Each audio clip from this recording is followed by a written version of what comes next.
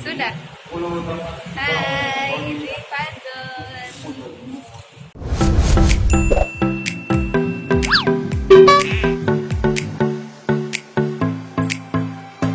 Halo, assalamualaikum warahmatullahi wabarakatuh.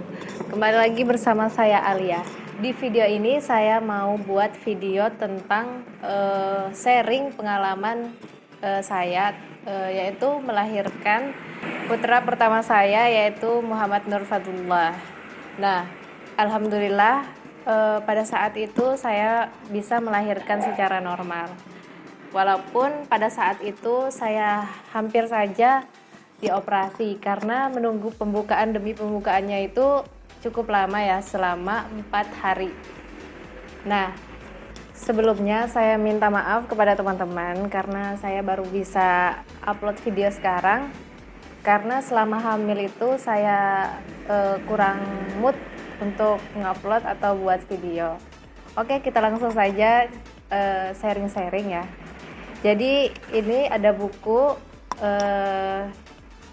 kesehatan ibu dan anak yang saya dapatkan di puskesmas.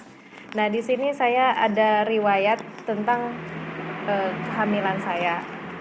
Nah, di sini pertama hamil itu pertama tahu hamil itu pada tanggal 19 Agustus 2019. Nah, itu sudah memasuki 7 sampai 8 minggu. Nah, karena saya sudah tahu kehamilan saya begitu senang sekali karena sudah bisa dipercaya oleh Allah memiliki keturunan. Pada tanggal 19 Agustus itu kan sudah diketahui ya. Jadi diketahui juga HPL atau hari perkiraan lahir putra saya itu. Jadi saya langsung aja nih proses bagaimana saya merasakan kontraksi yang luar biasa.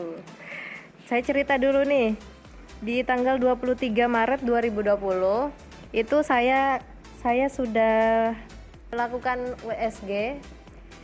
Nah, ternyata di sana itu plasenta saya itu sudah mengalami pengapuran level 2. Nah, karena saya masih awal kehamilan, jadi saya itu panik.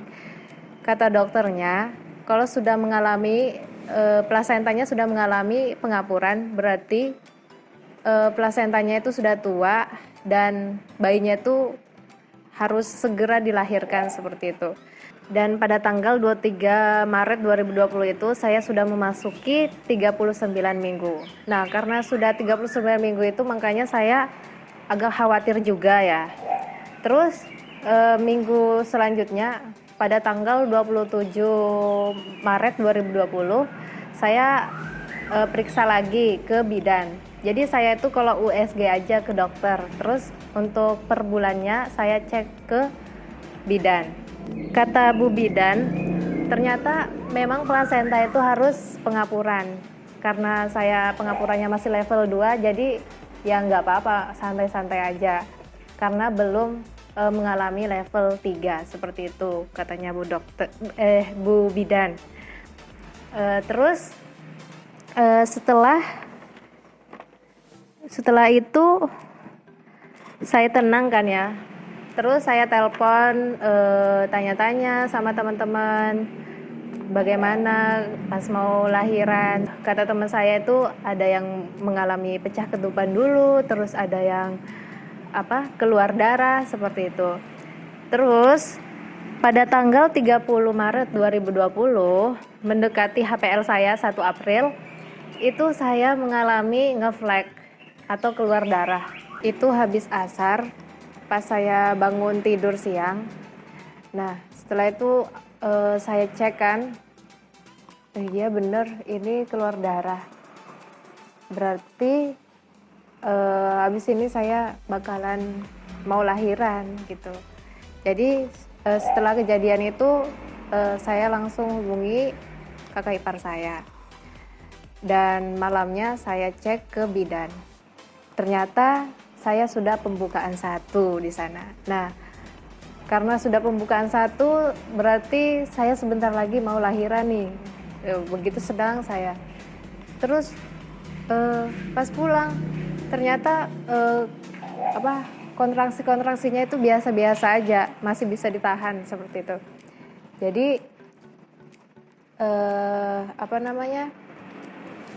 kok nggak ada lagi ya penambahan pembukaannya, kata saya dalam hati. Terus kata mertua, kata kakak ipar saya, jalan-jalan aja wes, supaya cepat pembukaannya. Setelah itu saya telepon mama saya di Kalimantan.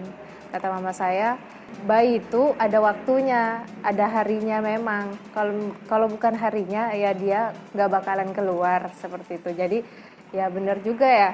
Jadi di situ saya sedikit tenang. Setiap pagi itu sebelum lahiran saya jalan pagi sambil jongkok, squat ya. Terus naik turun tangga seperti itu. Masih lama tuh, itu sudah 3 hari saya melakukan aktivitas rutin seperti itu ya. Nah, pada tanggal 1 April yang merupakan HPL saya, hari perkiraan lahir anak saya.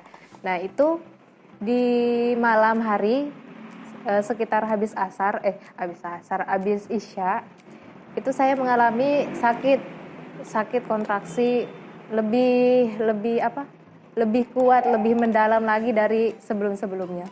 Wah, ini kayaknya mau lahiran deh dalam hati saya seperti itu. Terus saya kasih tahu lagi ke kakak ipar saya. Kenapa saya sering ngomong ke kakak ipar saya, karena kakak ipar saya ini yang bersedia menemani saya nanti lahiran. Terus datang kakak ipar saya. Setelah itu disuruh jalan-jalan gitu.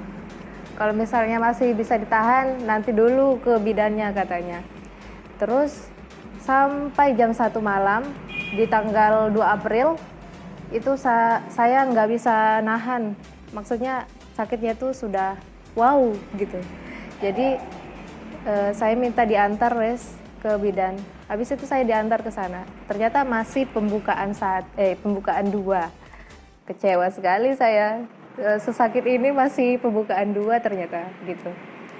Terus habis dicek itu saya jalan-jalan lagi di depan rumah Bu Bidan. Terus di ruangannya tak kelilingin di situ. Jalan-jalan. Terus semakin kontraksinya semakin datang hilang, tapi ini semakin cepat gitu datangnya. Jadi di jam berapa ya, pas mau subuh itu sekitar jam 4-an itu saya minta cek sama Bu Bidannya lagi. Terus ternyata masih pembukaan 3, naik 1 tingkat ya. Alhamdulillah naik. Terus kebanyakan terus ya. Habis itu setelah pembukaan 3 jalan lagi, masih bisa jalan sedikit. Tapi lumayan ini agak berat jalannya. Beberapa menit saya nggak bisa jalan. Maksudnya kontraksinya itu datang lebih cepat gitu, lebih aktif lagi. Jadi saya duduk aja. Disuruh tiduran di ranjang, saya enggak bisa. Jadi saya pilih duduk di bawah sini, di bawah ranjangnya. Saya di sana tahan kontraksi. Kalau misalnya kontraksinya datang, ya udah luar biasa. Tak remas-remas itu orang-orang yang jaga saya tangannya gitu. Terus jam berapa ya? Ini baru pembukaan 3 ya tadi ya. Pembukaan 3 jam 6 atau jam 5 kalau nggak salah itu saya minta periksa lagi. Ternyata alhamdulillah itu sudah memasuki pembukaan 5. Dan habis itu kontraksinya semakin kuat, nggak bisa, sudah kayak bernapas, harus bisa mengatur napas di sini. Kalau misalnya kita nggak bisa mengatur napas, kita bisa kehilangan nyawa kita sendiri. Itu saya luar biasa pokoknya. Kontraksinya semakin kuat, disuruh makan supaya tenaganya kuat nanti ngejarnya gitu. Jadi saya dikasih makan, saya bisa menelan 1 sendok saja karena semakin kuat kan. Jadi saya minta cek lagi. Nah, ternyata itu sudah pembukaan 8. Nah, setiap kontraksi itu saya cuma bisa nyebut la ilaha illa anta subhanaka inni kuntu minaz zalimin. Itu terus saya sebut supaya kontraksinya itu nggak terlalu terasa, tapi masih terasa sih. Habis la ilaha illa anta itu istighfar, banyak-banyak istighfar. Pokoknya jangan sampai kita teriak-teriak atau menangis-nangis, karena itu bakalan menghabiskan tenaga kita nanti untuk ngejan mengeluarkan bayi kita nanti. Dan di pembukaan 8 tadi itu kontraksinya semakin dalam, semakin kuat, sampai saya nggak bisa bernapas. Maksudnya nafas saya itu sangat sulit saya kendalikan. Terus di situ di pembukaan 8 ini saya bayi ini kayak mau keluar sudah. Jadi otomatis saya itu mau ngejan. Padahal kata Bu Bidan nggak boleh ngejan dulu. Nanti kasihan mulut rahimnya nanti memar dan itu akan memperlambat proses kelahiran persalinan. Yaitu bakalan memperlambat persalinan. Walaupun seperti itu kata Bu Bidan, tapi saya tuh otomatis ngejan sendiri. Ketika kontraksi itu datang, tetap saya ngejan. Padahal nggak boleh. Ya Allah, kayak mana ini? Kok otomatis sekali nih ngejannya. Sampai saya hampir nangis saya karena ngejan sendiri. Karena saya khawatir gimana keadaan anak-anak saya kayak banyak aja anak saya di dalam perut. Apakah bisa lahir kayak gitu. Terus jam berapa ya? Jam 8. Ya, jam 8 itu saya minta periksa lagi. Tapi saya disuruh nunggu di sana karena Bu Bidannya masih ada tugas di puskesmas. Nah, terus saya nunggu lamanya kontraksi ini datang terus. Kata saya seperti itu dalam hati. Kayak mana ini? Kok lama banget ya? Tapi akhirnya datang Bu Bidannya. Ya, saya dicek, alhamdulillah saya belum mengalami kenaikan pembukaan. Kenapa? Karena Bu Bidan tahu kalau saya itu ngejan otomatis. Jadi dia dibilangin lagi, diingatkan jangan ngejan dulu ya, karena belum saatnya, belum waktunya untuk ngejan. Seperti itu Bu Bidan bilang. Terus kecewanya saya karena belum ada penambahan ya. Habis itu saya nahan lagi kontraksi, dua pembukaan lagi kan soalnya. Pembukaan 9 sama pembukaan 10. Ini semakin luar biasa ya rasa sakitnya, karena dia datang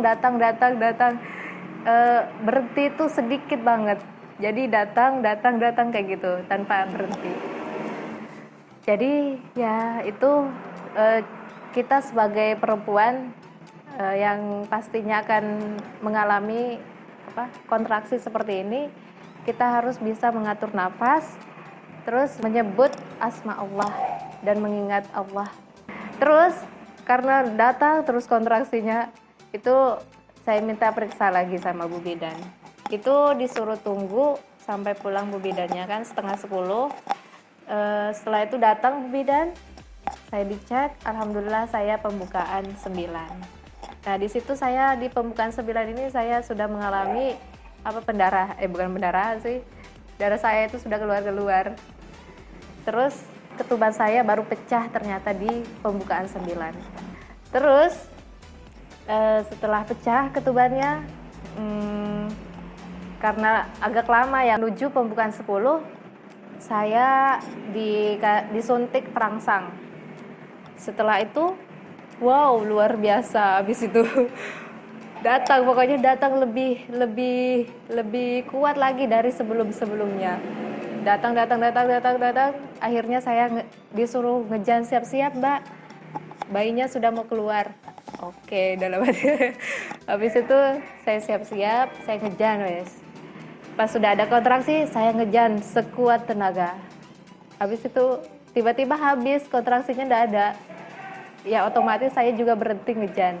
Setelah itu saya nunggu lagi kontraksinya. Datang, baru saya ngejan lagi.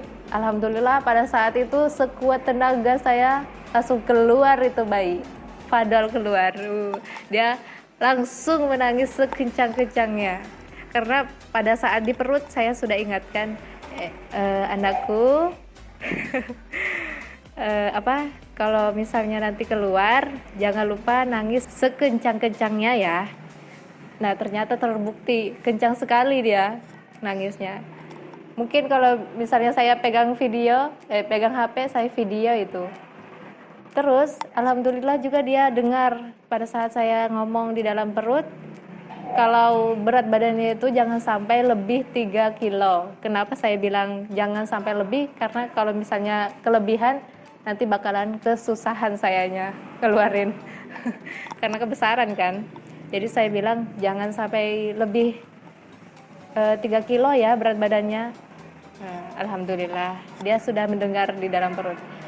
Ya seperti itulah. Setelah lahir bayi saya, habis itu plasenta saya dikeluarin. Terus pokoknya gumpalan-gumpalan darah yang di perut saya itu dikeluarin.